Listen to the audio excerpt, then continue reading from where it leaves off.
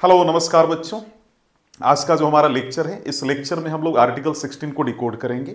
आपको स्क्रीन पे दिख रहा होगा जो आर्टिकल 16 है, इसमें basically equality of opportunity in the public employment की बात की गई है। इसका मतलब है कि जो सरकारी नौकरियां हैं भारत में, है ना, उसमें जो है सभी कैटेगरी के लोगों को, चाहे वो जनरल हो, एससी हो, एसटी, ओबीसी, वुमेन हो गए, या जो भी कैटेगरी से जो है बिलोंग करता हो कोई भी सिटीजन, उसको बराबर का हक मिलेगा सरकारी नौकरी में, यानी सबको इक्वल अपॉर्चुनिटी मिलेगा when it comes to the matters of the public employment.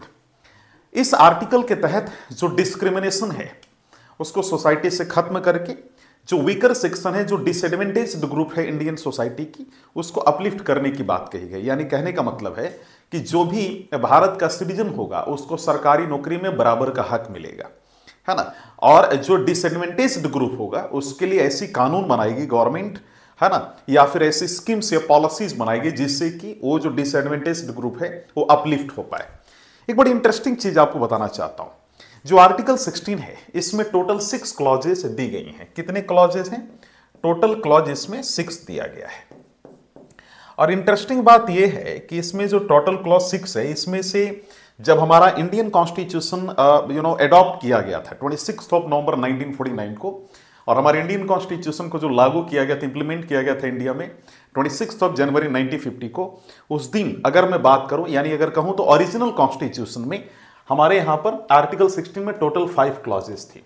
समय गुजरने के साथ इसमें कई और क्लॉजेज जुड़ी हैं, है ना, तो टोटल आज हमारे पास 6 क्लॉजेज हैं आर्टिकल 16 में।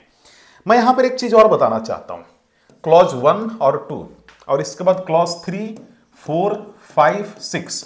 तो जो क्लॉज 1, 2 है इसका एक्सेप्शन है 3, 4, 5, 6। कहने का मतलब है कि clause number 3, 4, 5, 6 are the exception of the clause number 1 and 2। ये कैसे आपको समझ में आएगा? तो यहां पर इस चीज को समझने के लिए सबसे पहले हम लोग ये समझेंगे कि आर्टिकल 16 के, है ना, आर्टिकल 16 के क्लॉज 1 में क्या लिखा हुआ है। आराम आराम से समझेंगे, एग्जाम के लिए बहुत ज्यादा जरूरी है, इसलिए थोड़ा सा जो है पैसेंस के साथ मैं ये कहूंगा कि थोड़ा सुनिएगा आप सभी। आर्टिकल 16 के क्लॉज 1 में लिखा गया है equal opportunity for all citizens. क्या लिखा गया है आपका? इक्वल अपॉर्चुनिटी, है ना, इक्वल अपॉर्चुनिटी, ठीक है, for all citizens, equal opportunity for all citizens, ठीक है, सिटीजन्स, है ना, सिटीजन्स, ठीक है। इसका मतलब है कि भारत में जितने भी नागरिक हैं उनको गवर्नमेंट जॉब में इक्वल अपॉर्चुनिटी देगी सरकार, और सरकार किसी भी व्यक्ति के साथ अनफेयर एडवांटेज नहीं करेगी। कहने का मतलब है कि the state can not create rules that give unfair advantage to certain groups, है ना। सरकार कोई ऐसा काम नहीं करेगी जहां पर ये किसी व्यक्ति को लगे कि भाई सरकार एक पर्टिकुलर ग्रुप के लिए कुछ अच्छी अच्छी चीजें कर रही है, एडवांटेज दे रही है, और हमारे साथ डिस्क्रिमिनेशन कर रही है। तो सरकार कोई ऐसा कानून नहीं बनाएगी जिससे कि सोसाइटी में डिस्क्रिमिनेशन की फीलिंग प्रमोट हो। अब जैसे मान लीजिए कि कई बार क्या होता है कि जो देश में जो डिसएडवांटेज्ड ग्रुप के जो लोग हैं, वीकर सेक्शन के जो लोग हैं, वंचित वर्ग के जो लोग हैं, उनको अपलिफ्ट करने के लिए रीजनेबल रिजर्वेशन दिया जा सकता है। और जब अगर मैं कह रहा हूं रीजनेबल रिजर्वेशन दिया जा सकता है, यानी तार्किक आरक्षण दिया जा सकता है, तार्किक आरक्षण मतलब आरक्षण ही मान लीजिए, आरक्षण दिया जा सकता है, तो इस आरक्षण को डिस्क्रिमिनेशन नहीं माना जाएगा। क्योंकि वो डिसएडवांटेज्ड है तो उसको मेन स्ट्रीम में लाने के लिए रिजर्वेशन उसको दिया जा रहा है। लेकिन रिजर्वेशन के अलावा अगर कोई और एडवांटेज अगर किसी दूसरे ग्रुप को मिल रहा है तो उसको गलत माना जाएगा। ये आर्टिकल 16 क्लॉज 1 में कहा गया, क्योंकि वो जो एडवांटेज होगा रिजर्वेशन के अलावा वो सोसाइटी में, है ना, अनफेयरनेस प्रमोट करेगा, डिस्क्रिमिनेशन प्रमोट करेगा, जो कहीं ना कहीं आर्टिकल 14 से 18 में जो राइट टू इक्वालिटी की बात की गई है उसको वायलेट कर रहा है। अगर मैं इसको एग्जाम्पल के माध्यम से समझाने का प्रयास करूं आर्टिकल 16 क्लॉज 1 को, तो ऐसे समझिए कि जो गवर्नमेंट है, the government can not deny employment to someone only because of their religion और कास्ट, कि भाई तुम इस धर्म से बिलोंग करते हो, इस जाति से हो, इस कास्ट से हो, इसलिए तुम्हें हम ये नौकरी नहीं दे सकते हैं। सरकार ऐसा नहीं कर सकती है। यानी सरकार सभी व्यक्तियों को, सभी सिटीजन्स को इक्वली ट्रीट करेगी when it comes to the government job. आप समझ पा रहे होंगे। इसके बाद हमारा जो अगला जो क्लॉज आता है प्यारे बच्चों, वो आता है आर्टिकल 16 का क्लॉज 2। ध्यान से सुनेंगे आप सभी। आर्टिकल 16 का जो हमारा क्लॉज 2 है, बड़ा ही इंटरेस्टिंग क्लॉज है ये, है ना। और ये जो क्लॉज है, जब आप इसको देखेंगे तो काफी चीज आपका क्लियर हो जाएगा। इसमें कहा गया है no discrimination in the public employment, no discrimination, ध्यान से सुनेंगे आप, discrimination in the public employment, है ना। पब्लिक एम्प्लॉयमेंट मतलब गवर्नमेंट जॉब, गवर्नमेंट जॉब। अब अगर आर्टिकल 16 क्लॉज 2 को थोड़ा और डेप्थ में हम डिकोड करें तो इसमें कहा गया है कि किसी भी सिटीजन के साथ, यह कहने का मतलब है कि the state can not discriminate in government jobs based on religion, race, caste, sex, place of birth, descent and residence, है ना। किसी भी व्यक्ति के साथ सरकार किसी व्यक्ति को इसलिए जॉब देने से मना नहीं कर सकती क्योंकि वो एक खास धर्म से बिलोंग करता है, खास जाति से, खास लिंग से, या फिर उसका जन्म कहीं और हुआ है, ऐसा सरकार नहीं कर सकती है। अगर मैं उदाहरण के तौर पे बताऊं आर्टिकल 16 क्लॉज 2 का, तो government can not reserve police jobs only for a specific caste, है ना। एक खास जाति के लिए पुलिस जॉब को बुक या फिर रिजर्व नहीं किया जा सकता है सरकार के द्वारा, ठीक है। अगर ऐसा होता है तो सरकार आर्टिकल 16 क्लॉज 2 का वायलेशन कर रही है, तो सरकार ऐसा नहीं करेगी। कॉन्स्टिट्यूशन मेकर ने यह सलाह दिया है आर्टिकल 16 क्लॉज 2 के अंतर्गत, आप ये समझ गए होंगे। लेकिन जैसा कि मैंने शुरू में कहा था कि जो क्लॉज नंबर 3, 4, 5, 6 है, these are the exceptions of the article 16 का क्लॉज नंबर 1 एंड 2 का, मैंने ये ऑलरेडी बताया हुआ आप सभी को। तो यहां पर अभी हम लोग का जो अगला जो क्लॉज होगा वो क्लॉज नंबर 3 होगा, 3 जिसे हम कह सकते हैं। तो हम लोग यहां पर अभी लिखेंगे एक्सेप्शंस ऑफ, है ना, एक्सेप्शंस ऑफ आर्टिकल 16, आर्टिकल 16। और हमारा जो अगला जो क्लॉज होगा आर्टिकल 16 का क्लॉज 3 होगा। तो आर्टिकल 16 का क्लॉज नंबर 3, इसमें क्या लिखा गया है उसमें हम लोग अभी डिस्कशन करेंगे, ठीक है।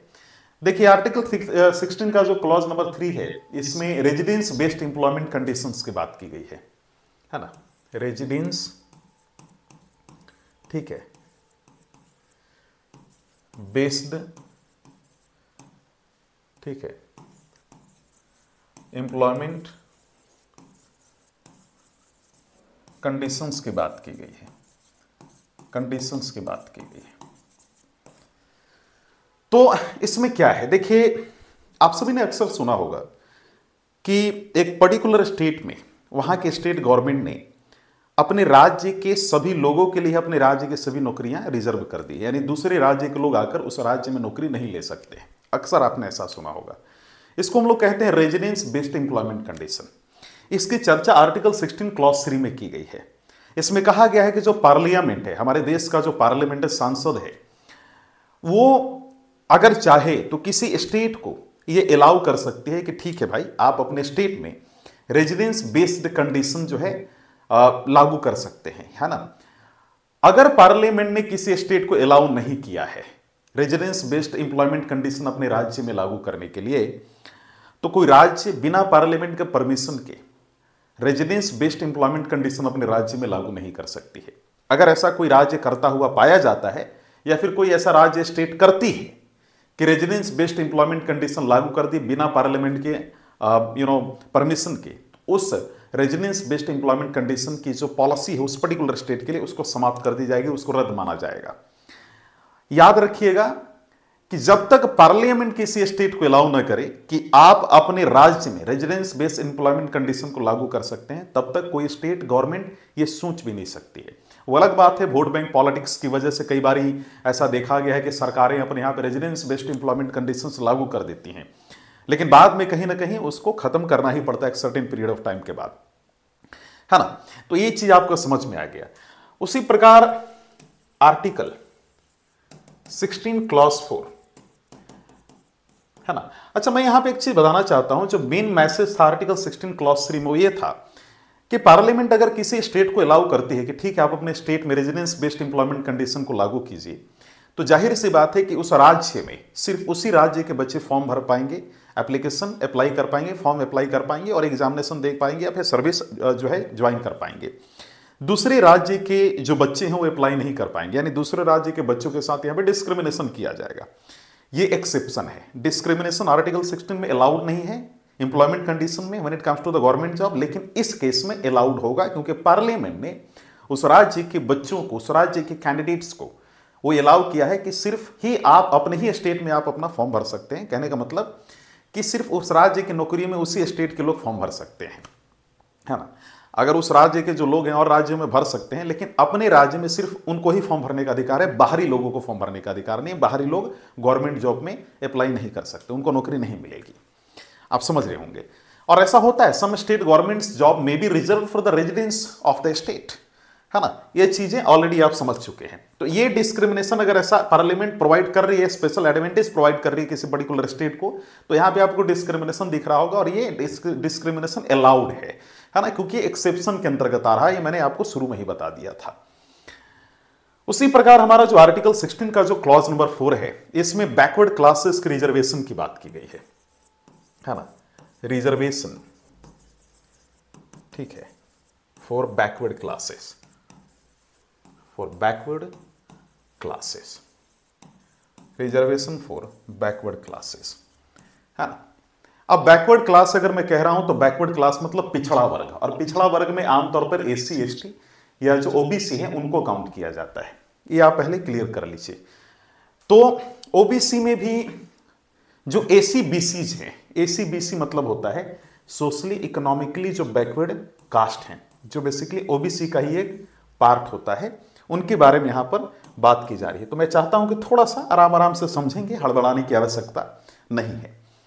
आर्टिकल 16 क्लॉज नंबर 4 में यह कहा गया है कि the state can provide reservation for socially and educationally backward classes and SC and STs, यानी अनुसूचित जाति, अनुसूचित जनजाति, schedule caste and schedule tribes, if they are under represented in the government jobs, यानी चाहे भारत सरकार की नौकरी हो, सरकारी नौकरी, या फिर राज्य सरकार की सरकारी नौकरी हो, अगर यहां पर किसी भी एससी एसटी या फिर ओबीसी कम्युनिटी के व्यक्ति को ज्यादा नौकरी नहीं मिली है, तो इस स्थिति में यहां पर जो स्टेट गवर्नमेंट है या फिर जो सेंट्रल गवर्नमेंट है, उनके लिए यहां पर अपने यहां पर नौकरियों में रिजर्वेशन दे सकता है, ताकि उनकी वैसे लोगों की नौकरियां ज्यादा लगें और अंडर रिप्रेजेंटेशन खत्म हो उन लोगों की।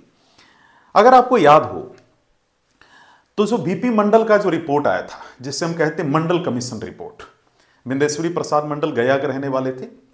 इंदिरा गांधी की सरकार ने इनको बोला था, है ना। इंदिरा गांधी की सरकार के द्वारा इनको ऑर्डर दिया गया था कि भैया एक कमीशन बनाइए। उस कमीशन के बाद बीपी मंडल ने एक रिपोर्ट दिया था जिसमें उन्होंने कहा था कि ओबीसी को अपलिफ्ट करने के लिए रिजर्वेशन देने की आवश्यकता है, जिसको पीवी नरसिम्हा राव की सरकार ने 1991 के बाद लागू किया था। उसके बाद एक केस भी हुआ था, अगर आप सभी को याद हो, उस केस को कहा जाता है मंडल कमीशन केस, जिसको हम Indira Sahni versus Union of India case 1992 भी कहते हैं। ये मैं ऑलरेडी इस पर डिस्कशन कर चुका हूं। तो इंदिरा साहनी जो केस था 1992 का, उस केस की सुनवाई करते वक्त एमएच कानिया जो चीफ जस्टिस थे, मैंने कल के लेक्चर में बताया था, उन्होंने कहा था कि ओबीसी की रिजर्वेशन जो है 27% दी जाए गवर्नमेंट जॉब्स में और एजुकेशनल इंस्टीट्यूशंस में। और ये बात का जो सेंट्रल गवर्नमेंट है, स्टेट गवर्नमेंट ध्यान रखे कि जब भी वो रिजर्वेशन प्रोवाइड कर रही हैं किसी भी कम्युनिटी को, तो इस बात का संपूर्ण ध्यान रखें कि वो 100% में से 50% का लिमिट क्रॉस ना करे। यानी 15% का कैप सेट कर दिया था सुप्रीम कोर्ट ने कि कोई भी स्टेट गवर्नमेंट रिजर्वेशन जो है 50% के ऊपर नहीं दे सकती, उसके नीचे ही दे सकती है। ये क्लियर हो गया होगा आपको। तो यहां पे आर्टिकल 16 क्लॉज 4 में ये बातें की गई हैं। आपको लग रहा होगा कि सर ये आर्टिकल 15 में भी हम लोग सेम चीज डिस्कस कर चुके हैं। एग्जैक्टली हम लोग यहां आर्टिकल 16 में भी इसका डिस्कशन कर रहे हैं, और आप इसी से ये समझ जाइए कि अगर चीजें रिपीट हो रही हैं तो कितना इंपॉर्टेंट ये जो है आपका प्रोविजन है कॉन्स्टिट्यूशन का, इससे आपको क्लियर हो गया होगा। इसी प्रकार प्यारे बच्चों, मैं यहां पे चाहता हूं कि आप एक और चीज समझें कि आर्टिकल 16 में क्लॉज 4A भी आता है, यानी clause article 16 clause 4 sub clause A. अब बोलोगे कि सर इसमें है क्या सर लिखा हुआ? देखिए बड़ी आराम से समझिए। पहले तो ये क्लियर कर लीजिए कि जब पीवी नरसिम्हा राव की सरकार थी, जब PV Narasimha Rao was prime minister of India in the 1995, तो नरसिम्हा राव की सरकार ने 77th constitutional amendment act, CA मतलब वही हुआ, 1995 में पार्लियामेंट से पास किया था। इस पर्टिकुलर कॉन्स्टिट्यूशनल अमेंडमेंट एक्ट को पास करके पीवी नरसिम्हा राव की सरकार ने आर्टिकल 16 के क्लॉज 4 में सब क्लॉज ए को जोड़ा था, जिसमें उन्होंने ये लिखा था कि जब गवर्नमेंट जॉब्स की हम बात करते हैं तो गवर्नमेंट जॉब्स में एससी एसटी को प्रमोशनल यानी प्रमोशन में भी रिजर्वेशन प्रोवाइड किया जाए। यानी 77th constitutional amendment act allowed schedule castes and schedule tribes यानी अनुसूचित जाति अनुसूचित जनजातियों को to get reservation in the promotion in government jobs. ये क्लियर कर लीजिए। अगर मैं इसको एग्जाम्पल के माध्यम से समझाने का प्रयास करूं तो इसका एक एग्जाम्पल यह होगा कि कोई भी एक ऐसा अधिकारी या ऑफिसर जो group A B C D job या कोई भी गवर्नमेंट जॉब में एक ऑफिसर है या फिर नौकरी कर रहा है, तो इन अ गवर्नमेंट डिपार्टमेंट ही और she may get reservation in promotion to higher posts. आप समझ रहे हो, यानी प्रमोशन में भी उनको रिजर्वेशन मिलेगा एससी एसटी को। और ये बातें की गई है article 16 clause 4 sub clause A में, जो 77th कॉन्स्टिट्यूशनल अमेंडमेंट एक्ट 1995 के जरिए जोड़ा गया था आर्टिकल 16 क्लॉज 4 में। आप समझ पा रहे होंगे। एक बड़ी इंटरेस्टिंग चीज यहां पे बताना चाहता हूं। जब हम article 16 clause 4 sub clause A की बात करते हैं, यानी आर्टिकल 16 क्लॉज 4 ए की बात करते हैं, तो इससे रिलेटेड एक बड़ी फेमस केस आती है। सुप्रीम कोर्ट की केस है वो केस है M Nagaraj versus Union of India 2006। ध्यान से सुनते चलेंगे आप। एम नागराज है ना वर्सेस यूनियन ऑफ इंडिया, यानी एम नागराज बनाम भारत सरकार मामला केस 2006। ध्यान से सुनिएगा। इंटरेस्टिंग चीज यह है कि while interpreting this particular case the honourable supreme court said that कि जब हम प्रमोशन की बात करते हैं और प्रमोशन में रिजर्वेशन देने की बात करते हैं, और खासतौर पर 1995 में 1995 में पीवी नरसिम्हा राव की सरकार ने 77th कॉन्स्टिट्यूशनल अमेंडमेंट एक्ट के जरिए जो प्रमोशनल रिजर्वेशन दिया था एससी एसटी को, वो वैलिड है। ध्यान से सुनेंगे। इस केस में प्रमोशनल रिजर्वेशन को सुप्रीम कोर्ट वैलिड मानती है। आप समझ रहे हैं मेरी बात को। लेकिन यहां पर सुप्रीम कोर्ट ने भी बोला कि वैलिड तो है but must be backed by data showing इनएडिक्वेट representation. इसका मतलब है सुप्रीम कोर्ट ने कहा कि पहले अगर मान लीजिए आप प्रमोशन में रिजर्वेशन देना चाहते हैं एससी एसटी को, तो पहले देखिए कि जिस समय से आप रिजर्वेशन देना चाहते हैं उसके पहले क्या एससी एसटी जो प्रमोशनल यानी जिन पोस्ट पे आप उनको प्रमोशन करना चाहते हैं उस पोस्ट पे क्या एससी एसटी इनफ है कि नहीं। अगर इनफ है, इक्वल है जनरल के मुकाबले, तो उनको फिर प्रमोशन में रिजर्वेशन क्यों देना है। अगर वो अंडर रिप्रेजेंटेटेड है उस पोस्ट पे, मतलब बहुत कम लोग हैं, तो ऐसी स्थिति में आप एससी एसटी को वहां पर उनको अपलिफ्ट करने के लिए, उनके अंडर रिप्रेजेंटेशन को खत्म करने के लिए आप प्रमोशनल रिजर्वेशन दे सकते हैं। ये याद रखिएगा। ये आर्टिकल 16 क्लॉज 4 ए में कहा गया था। So M Nagaraj versus Union of India case 2006 is very important when it comes to the article 14 clause 4 A. इसी प्रकार एक बहुत फेमस है ना, फेमस क्या आप कह सकते हैं, अगला जो हमारा आर्टिकल का है ना, आर्टिकल 16 का जो अगला हमारा क्लॉज है वो आर्टिकल 16 का क्लॉज 4B आप इसको कह सकते हैं, तो 4B है। इसमें भी बड़ी इंटरेस्टिंग बात की गई। आर्टिकल 16 क्लॉज 4B में carry forward rule for backlog vacancies की बात की गई। और अगर मैं कह रहा हूं ये सारी चीजें तो बड़े ध्यान से आप सुनेंगे क्योंकि एग्जाम के लिए बहुत ज्यादा जरूरी है ये, है ना। कैरी फॉरवर्ड, है ना, carry forward rule for backlog vacancies, backlog vacancies, है ना, वैकेंसीज। समझ रहे मेरी बात को। आर्टिकल 16 क्लॉज 4B में carry forward rule for backlog vacancy की बात की गई है। अभी है क्या, देखिए 81st कॉन्स्टिट्यूशनल अमेंडमेंट एक्ट 2000 लाया गया था। अटल बिहारी वाजपेयी प्राइम मिनिस्टर थे उस दौरान, तो इन्होंने 81st कॉन्स्टिट्यूशनल अमेंडमेंट एक्ट 2000 लाया था और इसके जरिए उन्होंने आर्टिकल 16 के क्लॉज 4 में सब क्लॉज बी को ऐड किया था, है ना, सब क्लॉज बी को ऐड किया था। यानी अगर हम बात करें क्लॉज 4B आर्टिकल 16 में 81st कॉन्स्टिट्यूशनल अमेंडमेंट एक्ट 2000 के तहत जोड़ा गया था। इस पर्टिकुलर आर्टिकल 16 के क्लॉज 4B के प्रोविजन में कहा गया है, यानी आर्टिकल 16 के क्लॉज 4B में कहा गया है कि जो अनफिल्ड रिजर्व्ड वैकेंसीज हैं from the previous years to be carry forward without affecting the 50% reservation cap. इसका मतलब है कि इस पर्टिकुलर कॉन्स्टिट्यूशनल अमेंडमेंट एक्ट के द्वारा जिसने 4B को आर्टिकल 16 में ऐड किया, उसमें कहा गया कि जो भी कम्युनिटीज हैं, जैसे एससी हो गया, एसटी हो गया, ओबीसी हो गया, वीमेन हो गए, इनका अगर मान लीजिए कि कोई भी गवर्नमेंट जॉब में अंडर रिप्रेजेंटेशन है, यानी अच्छी खासी इनकी रिप्रेजेंटेशन नहीं है, अच्छी मतलब वीमेन इनफ मात्रा में या क्वांटिटी या जो कह सकते women, SC, ST, OBC enough या सफिशिएंट रूप में गवर्नमेंट जॉब्स में अवेलेबल नहीं है, यानी अंडर रिप्रेजेंटेड है। तो इनका अंडर रिप्रेजेंटेशन खत्म करने के लिए इनको आप रिजर्वेशन दीजिए ताकि इनकी अंडर रिप्रेजेंटेशन खत्म हो गवर्नमेंट जॉब्स में, इनके अपॉइंटमेंट्स में, ताकि ज्यादा से ज्यादा एससी, एसटी, ओबीसी या वुमेन जिनको आप रिजर्वेशन दे सकते हैं वो अंडर रिप्रेजेंटेशन खत्म करके अपनी जो है वहां पे बढ़त बनाए। आप समझ पा रहे हैं मेरी बात को? यानी अंडर रिप्रेजेंटेशन को खत्म करने के लिए इनको रिजर्वेशन दीजिए ताकि ये लोग ज्यादा आए नौकरियों में, है ना।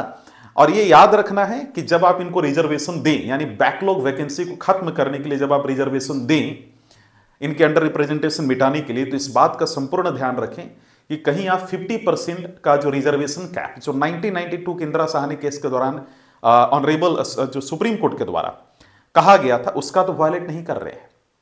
यानी आप अंडर रिप्रेजेंटेशन को खत्म करने के लिए एससी, एसटी, ओबीसी या वुमेन का जो अंडर रिप्रेजेंटेशन को खत्म करने के लिए आप रिजर्वेशन दे सकते हैं ताकि इनकी जो है अपॉइंटमेंट्स इनका ज्यादा वहां पर जॉब ज्वाइन करें ऐसे लोग। लेकिन इस बात का ध्यान देना है कि रिजर्वेशन इतना दीजिएगा कि 50% का रिजर्वेशन कैप क्रॉस ना करे। अगर मैं आर्टिकल 16 क्लॉज फिर 4B की बात करूं एग्जांपल्स की, तो इसमें यह कहा गया कि भाई जितना भी अंडर रिप्रेजेंटेशन है, जिनको रिजर्वेशन मिलता है जिन कम्युनिटी को, उन अंडर रिप्रेजेंटेशन को खत्म करने के लिए जितना ज्यादा से ज्यादा हो सके रिजर्वेशन दो, लेकिन इस बात का ध्यान रखो कि 50% का रिजर्वेशन कैप खत्म ना हो, ऐसा सुप्रीम कोर्ट ने कहा था। याद रखिएगा सुप्रीम कोर्ट ने कहा था एम नागराज वाले केस में भी।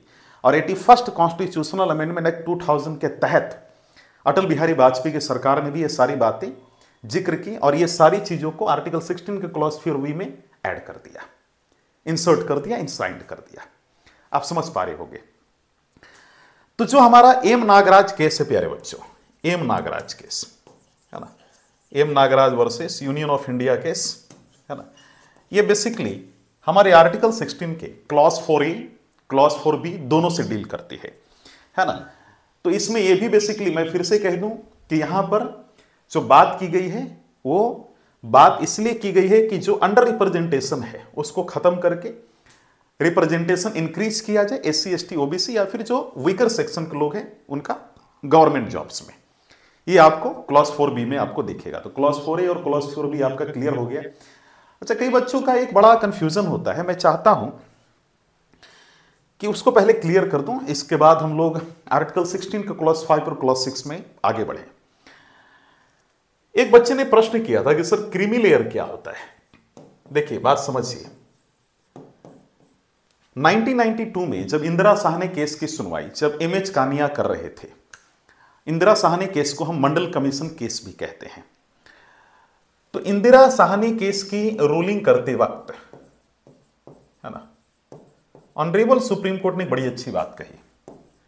यानी यूं कह लीजिए कि MH कानिया जो चीफ जस्टिस है उन्होंने बड़ा अच्छा कहा। उन्होंने कहा कि देखिए ओबीसी दो प्रकार के होते हैं, है ना, बैकवर्ड क्लास के लोग अगर हम कहें ओबीसी, ये दो प्रकार के हैं। पहला क्रीमी लेयर के अंतर्गत आने वाले लोग और दूसरा नन क्रीमी लेयर के अंतर्गत आने वाले लोग। समझ रहे मेरी बात को? नन क्रीमी लेयर के अंतर्गत आने वाले लोग। जो क्रीमी लेयर के अंतर्गत आते हैं, कैसे हम पकड़े कि कौन सा पॉपुलेशन या कौन सी सेक्शन ओबीसी की क्रीमी लेयर के अंतर्गत आएगी? अगर उसको समझना है तो ऐसे समझिए, अभी वर्तमान में अगर सालाना इनकम या सालाना जो आप इनकम लिमिट है 8 लाख के नीचे है, मतलब 8 लाख के ऊपर है ना, 8 लाख पर ईयर, अगर कोई भी व्यक्ति ओबीसी कैटेगरी से बिलोंग करता है और 8 लाख सालाना उससे ज्यादा कमा रहा है, 8 लाख या 8 लाख से ज्यादा कमा रहा है, और साथ ही साथ अगर उसके बच्चे है ना, या फिर वो जो व्यक्ति है जिसको अगर मान लीजिए फॉर एग्जांपल जैसे मान लो एक व्यक्ति है उसको ओबीसी का रिजर्वेशन चाहिए और वो व्यक्ति ओबीसी से बिलोंग करता है, और अगर उसकी मान लीजिए कि उसकी सालाना आय 8 लाख से ज़्यादा है या 8 लाख है, ठीक है, वो मैंने उसके जो पेरेंट्स हैं ग्रुप ए ऑफिसर्स हैं, उसके पेरेंट्स में से कोई एक या तो हाई रैंक गवर्नमेंट ऑफिसर है या फिर पब्लिक सेक्टर यूनिट्स यानी गवर्नमेंट की कंपनी में काम कर रहा है बड़े पोस्ट पे, या फिर बहुत उसके पिताश्री उसके फादर या पेरेंट्स बहुत ज़्यादा पैसा कमा रहे हैं, उसकी पैतृक संपत्ति बहुत ज़्यादा है, मान लो वो खुद बहुत ज़्यादा कमाता है, बहुत ही एडवांस्ड पोजीशन से आता है, सोशली एडवांस्ड पोजीशन से, तो उसको क्रीमी लेयर के अंतर्गत माना जाएगा। यानी है तो ओबीसी का कैटेगरी का कैंडिडेट, लेकिन चूंकि ये सारी फैसिलिटीज उसके साथ अवेलेबल हैं तो उसको क्रीमी लेयर में काउंट किया जाएगा। और जो बच्चे ओबीसी से बिलोंग कर रहे हैं और इन सभी फैसिलिटीज को एंजॉय कर रहे हैं उनको क्रीमी लेयर में काउंट किया जाएगा और उनको रिजर्वेशन ओबीसी का यानी 27% वाला रिजर्वेशन नहीं मिलेगा। और साथ ही साथ वैसे बच्चे जिनको ये सारी फैसिलिटीज नहीं मिल रही, यानी वैसा बच्चा जिसकी सालाना इनकम है ना, मतलब वैसा कैंडिडेट जिसकी सालाना आय एनुअल इनकम 8 लाख से कम है, उसके फादर ना तो ग्रुप ए ऑफिसर हैं या पेरेंट्स ना तो उसके parent high ranking government officer से, ना ही पब्लिक सेक्टर यूनिट्स में हाई रैंकिंग पोस्ट पे काम कर रहे हैं, ना ही अच्छी खासी पैसा कमा रहे हैं वो, है ना ही उनकी बहुत ज़्यादा इनकम है, ना ही सोशली एडवांस्ड पोजीशन से आ रहे हैं, यानी बहुत ही पुअर फैमिली से आ रहे हैं। यानी वो बच्चा ओबीसी कैटेगरी का होते हुए बहुत पुअर फैमिली से आ रहे हैं, सारी फैसिलिटीज एंजॉय नहीं कर रहा है, उसको नॉन क्रीमी लेयर में काउंट किया जाएगा। तो 1992 की इंदिरा साहनी केस में जो 27% रिजर्वेशन देने की बात की गई ओबीसी कैटेगरी का, तो बेसिकली ये रिजर्वेशन ऐसे लोगों को देने की बात की गई, यानी ओबीसी में नॉन क्रीमी लेयर में आने वाले लोगों को देने की बात की गई। तो क्रीमी लेयर आपको समझ में आ गया होगा, नॉन क्रीमी लेयर समझ में आ गया होगा। अभी जो हम लोग समझेंगे वो हम लोग अगला क्लॉज को डिकोड करेंगे। आर्टिकल 16 में है ना क्लॉज 5 है, इसको अभी डिकोड करेंगे। लेकिन आपको एक चीज मैं बता दूं कि अभी मैंने एक आर्टिकल 16 की क्लॉज 4A, आर्टिकल 16 की क्लॉज 4B और आर्टिकल 16 की क्लॉज 6 डिस्कशन में अभी करूंगा। ये तीनों बाद में ऐड की गई थी, लेकिन ओरिजिनली 1 2 3 4 5 ये टोटल जो है 5 क्लॉजेज ही जो आपकी आर्टिकल 16 में इंश्राइंड थी। ये चीज याद रखिएगा, ठीक है। तो मैं इसको यहां से हटा देता हूं, इरेज कर देता हूं, ठीक है ना। आर्टिकल 16 क्लॉज 5 में क्या लिखा गया, ध्यान से सुनिएगा। इसमें कहा गया जो रिलीजियस इंस्टीट्यूशंस हैं उनको स्पेशल प्रोविजंस मिलेगा, है ना, स्पेशल प्रोविजंस, ठीक है, special provisions for religious institutions, special provisions for, है ना, रिलीजियस इंस्टीट्यूशंस, रिलीजियस इंस्टीट्यूशंस। आप समझ पा रहे हैं मेरी बात को, रिलीजियस इंस्टीट्यूशंस, ठीक है। अब रिलीजियस इंस्टीट्यूशन मतलब क्या, जैसे मान लीजिए हिंदू टेम्पल हो गया, है ना, मॉस्क्यू हो गया, है ना, इसके बाद चर्च हो गया, these are the religious institutions. तो इसमें कहा गया है कि जो रिलीजियस इंस्टीट्यूशन होगा उनको ये पावर होगा, उनके पास ये ऑथराइजेशन होगा, है ना, कि वो अपने धर्म के लोगों को अपनी धार्मिक मामलों को मैनेज करने के लिए हायर कर सकते हैं। कहने का मतलब है कि a Hindu temple can appoint only Hindus as priest, यानी एक हिंदू मंदिर सिर्फ हिंदू को, सिर्फ और सिर्फ हिंदू को एक पंडित के तौर पे नियुक्त कर सकती है, पुजारी के तौर पे नियुक्त कर सकती है, और इसमें वो दूसरे कास्ट को नहीं कर सकती है। और दूसरा कास्ट यहां पे ये नहीं कहेगा कि भैया हमारे साथ डिस्क्रिमिनेशन हो रहा है। आप समझ पा रहे हैं मेरी बात को। दूसरा कास्ट, दूसरा रिलीजन ये नहीं कहेगा कि हिंदू टेम्पल में हमारे साथ डिस्क्रिमिनेशन हो रहा है, हमें क्यों नहीं प्राइस्ट बनाया जा रहा है, हिंदू को ही क्यों प्राइस्ट बनाया जा रहा है। तो इसलिए ऐसा हो रहा है क्योंकि आर्टिकल 16 क्लॉज 5 ये एक्सेप्शन के अंतर्गत आता है। यहां पर ये स्पेशल प्रोविजन रिलीजियस इंस्टीट्यूशंस को मिली हुई है कि वो अपने धर्म के लोगों को ही प्राइस्ट बना सकते हैं अपने रिलीजियस इंस्टीट्यूशन में। आप समझ पा रहे होंगे मैं क्या कह रहा हूं। तो यहां पर आप इक्वालिटी नहीं देखेंगे क्योंकि यहां पे स्पेशल प्रोविजन मिल रहा है रिलीजियस इंस्टीट्यूशंस को। उसी प्रकार एक बड़ी फेमस जो हम कह सकते हैं केस हुई, हालांकि आर्टिकल 16 क्लॉज 5 से रिलेटेड केस बहुत सारा है, लेकिन एग्जामिनेशन के लिए उतना इंपॉर्टेंट नहीं है, because we are not just targeting the judiciary examinations. अगर हम जुडिशरी एग्जामिनेशंस को टारगेट करते तो हम लोग और डेप्थ में सभी केसेस को समझते, लेकिन यहां पे हमें आर्टिकल 16 है ना क्लॉज 6 को डिकोड करना है। ये हमारा लास्ट क्लॉज होगा आर्टिकल 16 का, और इसके बाद हमारा आर्टिकल 16 समाप्त हो जाएगा। प्यारे बच्चों, जो आर्टिकल 16 का क्लॉज 6 है ये 103rd कॉन्स्टिट्यूशनल अमेंडमेंट एक्ट 2019 के द्वारा, यानी प्राइम मिनिस्टर श्री नरेंद्र मोदी के द्वारा ये क्लॉज आर्टिकल 16 में जोड़ा गया था, है ना। इस क्लॉज को जब ऐड किया गया तो इस क्लॉज को 14 जनवरी यानी 14 जनवरी 2019 से लागू किया गया। यानी इस क्लॉज में जो बातें लिखी थी 14 जनवरी 2019 के बाद आपको ग्राउंड लेवल पे दिखती। इसमें कहा गया कि जो जनरल कैटेगरी में है ना, या फिर जो इकोनॉमिकली वीकर सेक्शन जो लोग हैं, कहने का मतलब जनरल कैटेगरी का वैसा व्यक्ति जो बहुत ही पुअर फैमिली से बिलोंग करता है, उसको गवर्नमेंट जॉब के अपॉइंटमेंट्स में रिजर्वेशन दिया जाएगा 10% का। आप बोलोगे कि सर ये वाली चीज तो आपने आर्टिकल 15 में ही बोली थी, तो मैं वही तो कह रहा हूं कि कई चीजें आपको रिपीटेड दिखेंगी आर्टिकल 16 में, और इससे आप अंदाजा लगा सकते हैं कि कितना इंपॉर्टेंट ये केस, माफ कीजिए, कितना इंपॉर्टेंट ये सारी प्रोविजंस होंगी कि इसको बार बार रिपीट किया जा रहा है। आप समझ पा रहे मेरी बात को? तो ये हमारा पूरा टोटल आर्टिकल 16 था, where we decoded the article 16 clause 1, 2, 3, 4, 4A, 4B and 5 and 6। आज के लिए इतना ही, लेकिन इस लेक्चर को समाप्त करने से पहले मैं चाहता हूं कि कुछ important landmark supreme court cases को भी डिस्कशन कर लिया जाए जो आर्टिकल 16 से रिलेटेड है।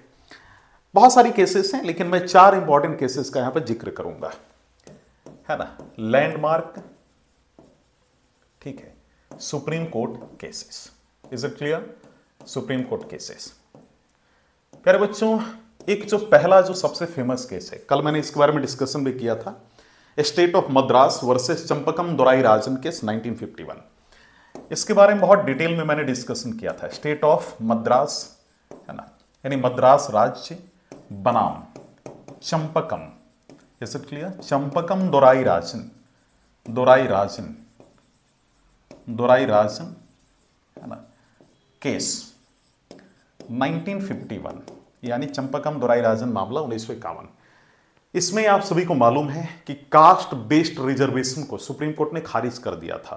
Eight that time the first Chief Justice of India was H J. Kania, and आप सभी को मालूम है कि उस दौरान पतंजलि शास्त्री भी सुन रहे थे, इस केस की सुनवाई कर रहे थे। उन्होंने कास्ट बेस्ड रिजर्वेशन को खारिज कर दिया था।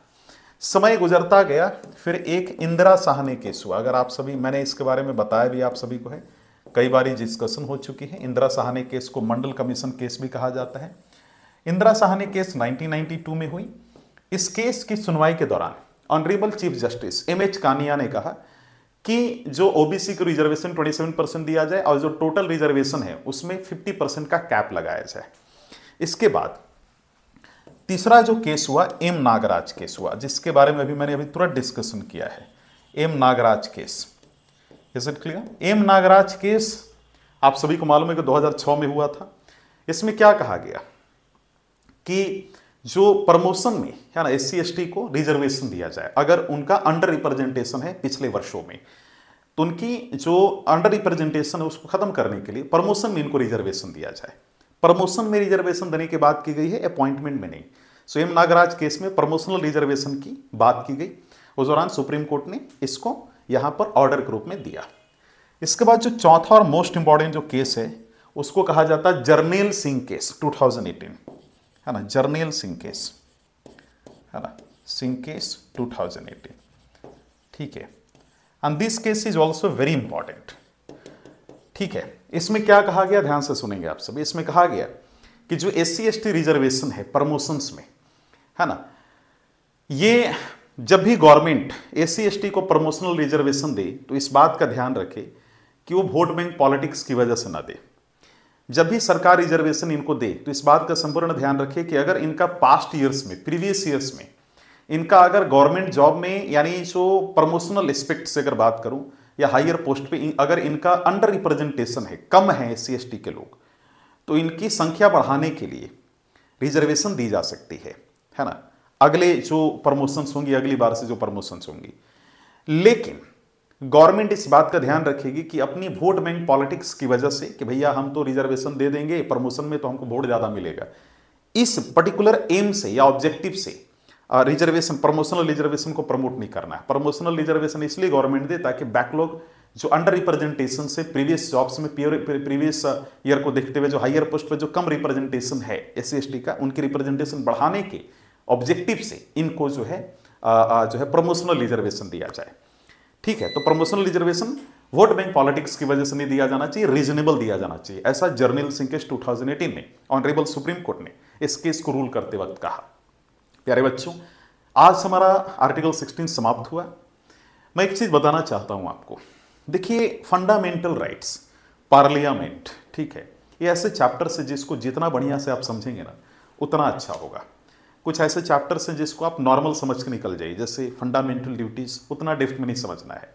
लेकिन देर आर सम चैप्टर्स 3 और 4 चैप्टर्स जिसको आप बहुत डेप्थ में आपको समझना होगा। डेप्थ में ऐसा नहीं, उसकी एक लिमिटेशन है, उस लिमिटेशन को क्रॉस नहीं करना है, लेकिन इतना आपको समझ जाना है कि आप एग्जाम में कोई भी क्वेश्चन, चूंकि पार्लियामेंट और फंडामेंटल राइट से बहुत क्वेश्चंस आती हैं, चाहे प्रीलिम्स हो या मेंस हो, इवन इन द इंटरव्यू। सो आप इतना अपने आप को कैपेबल बना ले कि कोई भी क्वेश्चन आए तो आप उसको डील कर पाए। प्यारे बच्चों, आज के लिए इतना ही।